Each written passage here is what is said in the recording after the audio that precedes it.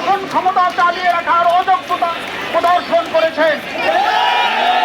একজন মানুষও বলেনি আমার পিতা তোমার পিতা রাজাকার রাজাকার। রাষ্ট্রের সর্বোচ্চ পর্যায় থেকে আপনারা এই কথা বলেছেন, এ কথা কেউ বলেনি। এরকম প্রতিটা জায়গায় আবু সাইদকে কারা গুলি করেছে সে কথা সকলে জানে, কিন্তু এজাহারে নেই।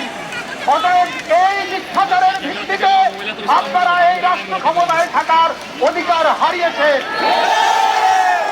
শিক্ষা প্রতিষ্ঠান খুলে দেন, হলগুলি খুলে দেন, বিশ্ববিদ্যালয়ের গেট থেকে আপনার পুলিশ প্রত্যাহার করুন।